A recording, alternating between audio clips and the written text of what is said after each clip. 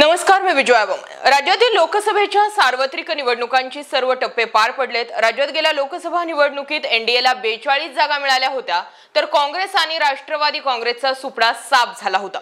यावेळेस त्यापेक्षा अधिक जागा निवडून आणण्याचा दावा एनडीएने केलेला आहे। मात्र महाराष्ट्रातील सध्याची राजकीय परिस्थिती आणि मतदारांनी व्यक्त केलेला असंतोष, उद्धव ठाकरे यांच्याबाबत मतदारांमध्ये निर्माण झालेली सहानुभूती या सर्व पार्श्वभूमीवरती ही गणित निश्चितच बदलली जातील अशी शक्यता आता वर्तवण्यात येते। प्रत्येक मतदारसंघनिहाय तेथील राजकीय परिस्थिती आणि जातीय समीकरण पाहता कौल नेमकं कुणाच्या बाजूला असणार आहे याचा अंदाज बांधण्याचा प्रयत्न आम्ही केलेला आहे।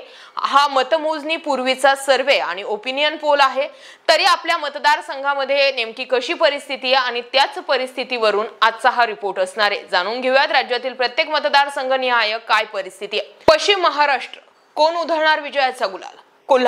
कोल्हापूरमध्ये छत्रपती शाहू महाराजांचा विजय नक्की मानला जातो। शाहू महाराजांचा सामना शिवसेनेचे शिंदे गटाचे विद्यमान खासदार संजय मंडलिक यांच्याशी होता। इथे झालेल्या मोठ्या प्रमाणावरती मतदान हे शाहू महाराजांच्या विजयाची खात्री देत आहे। सतेज पाटील यांनी या मतदारसंघातील पूर्ण मॅनेजमेंट आपल्या हातात घेतल्यानं याचा मोठा फायदा शाहू महाराजांना होणार आहे। त्याचबरोबर संजय मंडलिक यांनी शाहू महाराजांच्या खानदानाबाबत केलेल्या वादग्रस्त वक्तव्याचा फटका हा मंडलिकांना बसणार। पुढील मतदारसंघ हातकणंगले मतदारसंघामध्ये शिवसेना शिंदे गटाचे विद्यमान खासदार धैर्यशील माने यांच्या विरोधात उभाटा गटाचे सत्यजित पाटील सरुडकर हे रिंगणात होते, तर स्वाभिमानी शेतकरी संघटनेकडून राजू शेट्टी त्याचबरोबर सी पाटील हे सुद्धा निवडणुकीच्या रिंगणामध्ये होते। डीसी पाटील हे सुद्धा निवडणुकीच्या रिंगणात उतरले। राजू शेट्टी यांना शेतकऱ्यांचा मोठा पाठिंबा या मतदारसंघातून भेटण्याची शक्यता आहे, परंतु या मतदारसंघामध्ये महाविकास आघाडी विरुद्ध महायुती असं लढाईचे चित्र निर्माण झाल्यानं उभाटा गटाचे सत्यजित पाटील सरुडकर यांना मतदारांची सहानुभूती मोठ्या प्रमाणावरती भेटण्याची शक्यता असल्यानं त्या पहिल्या क्रमांकावर राहण्याची शक्यता मोठ्या प्रमाणावरती असून इथे राजू शेट्टी हे दुसऱ्या क्रमांकावर राहतील, तर विद्यमान खासदार धैर्यशील माने यांना तिसऱ्या क्रमांकावरती राहावं लागणार आहे। 4 उमेदवार रिंगणात असल्या कारणाने येथे राजू शेट्टी यांना मतविभागणीचा फटका बसणार आहे। पुढील मतदारसंघ सांगलीच्या जागेवरून महाविकास आघाडीमध्ये मोठ्या प्रमाणामध्ये खडाजंगी दिसून आली। उभाटा गटाने येथे डबल केसरी चंद्रहार पाटील यांना उमेदवारी दिल्यानं सांगलीमध्ये काँग्रेस नाराज झाली। सांगलीच्या जागेवरती शेवटपर्यंत काँग्रेस दावा करत राहिली।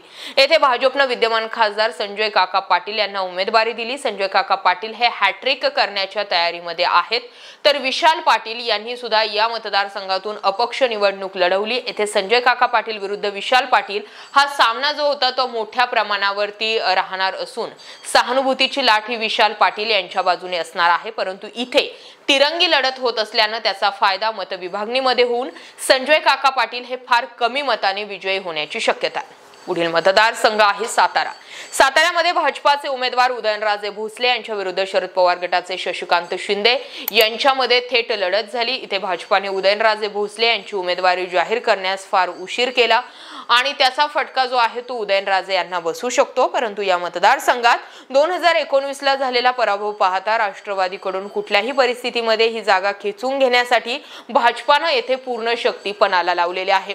पंतप्रधान नरेंद्र मोदी हे सुद्धा येथे प्रचारासाठी मैदानात उतरले, परंतु राष्ट्रवादी काँग्रेसमध्ये फूट पडल्यानं शरद पवार यांना असलेली सहानुभूती आणि शशिकांत शिंदे यांचे कार्य, शरद पवारांची भावनिक साथ यामुळे या ठिकाणाहून शशिकांत शिंदे यांचा विजय नक्की मानला जात आहे।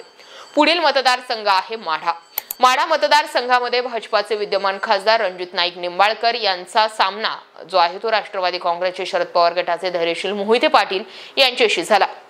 इथे विजयसिंह मोहिते पाटील, उत्तम जानकर व रामराजे निंबाळकर यांची साथ असल्या कारणानं धैर्यशील मोहिते पाटील यांचं पारडं जड मानलं जाते।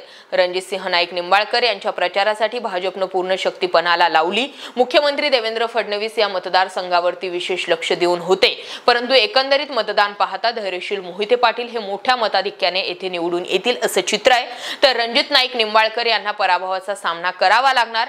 बारामती, आता पुढचा मतदारसंघ आहे बारामती। महाराष्ट्रातील ठेचाल मतदारसंघ किती, तर सर्वात महत्त्वाची लढत ही बारामती मतदारसंघामध्ये झाली। राष्ट्रवादी शरद पवार गटाच्या विद्यमान खासदार सुप्रिया सुळे यांचा सामना त्यांच्या भाऊजाई असणाऱ्या अजित पवार गटाच्या सुनेत्रा पवार यांच्याशी झाला।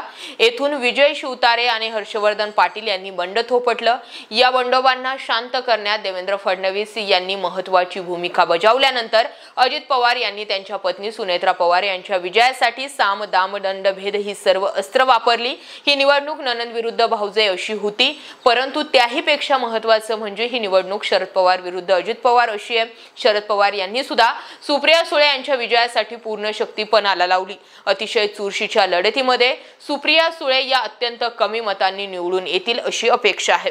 पुढील मतदारसंघ शिरूर मतदारसंघामध्ये राष्ट्रवादी काँग्रेस शरद पवार गटाचे विद्यमान खासदार अमोल कोल्हे यांची लढत अजित पवार गटाचे शिवाजीराव आढळराव पाटील यांच्याशी झाली। राष्ट्रवादी काँग्रेसच्या दोन्ही गटात झालेली ही लढत थेट असल्यानं दोन्ही बाजूंनी प्रचारामध्ये रंगत दिसली। अजित पवार यांनी प्रचारात अमोल कोल्हे यांच्यावर अनेक आरोप केले, परंतु या सर्व आरोपांना थेट उत्तर देत अमोल कोल्हे यांनी मतदारसंघामध्ये केलेली कामं, शरद पवार यांची भावनिक साथ याकरता अमोल कोल्हे या मतदारसंघातून 1 लाखांपेक्षा जास्त मतांनी निवडून येतील असा अंदाज आहे। पुढील महत्त्वाचा मतदारसंघ म्हणजे पुणे मतदारसंघामध्ये काँग्रेसचे रवींद्र धंगेकर, भाजपाचे मुरलीधर मोहोळ आणि वंचितचे वसंत मोरे यांच्यामध्ये तिरंगी लढत झाली। या मतदारसंघातून मुरलीधर मोहोळ यांच्यासाठी ही लढत सुरुवातीला एकतर्फी वाटत होती, परंतु रवींद्र धंगेकर यांनी या लढतीमध्ये जीव आणला आणि या मतदारसंघामध्ये वसंत मोरे हे 3ऱ्या क्रमांकावरती राहतील। भाजपाने मुरलीधर मोहोळ यांच्या प्रचारासाठी पूर्ण शक्ती पणाला लावली। अत्यंत चुरशीच्या अशा या लढतीमध्ये येथे रवींद्र धंगेकर यांचा विजय नक्की मानला जात आहे। त्यांचे मताधिक्य जास्त नसेल, परंतु विजय हा पक्का आहे। पुढील मतदारसंघ सोलापूरमध्ये काँग्रेसचे विद्यमान आमदार प्रणिती शिंदे तर भाजपाचे विद्यमान आमदार राम सातपुते यांच्यामध्ये थेट लढत झाली। बाहेरचा उमेदवार या कारणानं राम सातपुते यांच्यावरती अनेक टीका झाली। धार्मिक ध्रुवीकरणाच्या प्रयोगाला येथील जनता कंटाळी असून येथील अनेक विकास कामं वर्षानुवर्ष रखडलेली आहेत। त्याचबरोबर प्रकाश आंबेडकर यांची बदललेली भूमिका याचा फटका राम सातपुते यांना बसणार आहे। प्रणिती शिंदे यांच्या प्रचारासाठी शरद पवार, राहुल गांधी थेट मैदानात उतरल्यानं त्याचा मोठा फायदा प्रणिती शिंदे यांना होणार असून प्रणिती शिंदे यांचा विजय पक्का मानला जातो। पुढील मतदारसंघ आहे मावळ मतदारसंघामध्ये एकनाथ शिंदे गटाचे विद्यमान खासदार श्रीरंग बारणे यांचा सामना शिवसेना उबाटा गटाचे संजोग वाघेरे यांच्याशी झाला। या मतदारसंघामध्ये अतिशय चुरशीची लढत बघायला भेटत आहे। राष्ट्रवादी अजित पवार गटानं निवडणुकीत कुठलंही सहकार्य केलं नसल्याचा आरोप श्रीरंग बारणे यांनी बोलून दाखवला। या मतदारसंघामध्ये श्रीरंग बारणे यांच्याविषयी फार मोठ्या प्रमाणामध्ये नाराजी आहे। त्याचबरोबर संजोग वाघेरे यांच्या उमेदवारीने ही लढत अतिशय चुरशीची झाली असली तरी सुद्धा उद्धव ठाकरे यांच्या सहानुभूतीच्या जोरावर संजोग वाघेरे यांचा निसटता विजय होण्याची अपेक्षा व्यक्त केली जाते, परंतु बारणे यांची सीट बसण्याची ही शक्यता आहे। शिर्डी मतदारसंघामध्ये शिवसेना शिंदे गटाचे विद्यमान खासदार सदाशिव लोखंडे यांचा सामना उबाटा गटाचे भाऊसाहेब वाकचौरे यांच्याशी झाला। सदाशिव लोखंडे यांच्याबाबत मतदारसंघांमध्ये शिवसैनिकांची मोठी नाराजी आहे। येथे सदाशिव लोखंडे यांच्या प्रचारार्थ पंतप्रधान नरेंद्र मोदी यांनीही प्रचार सभा घेतलेली होती, तर उद्धव ठाकरेंची या ठिकाणी सभा झालेली होती। येथे सदाशिव लोखंडे यांचे पारडे जड मानलं जात होतं।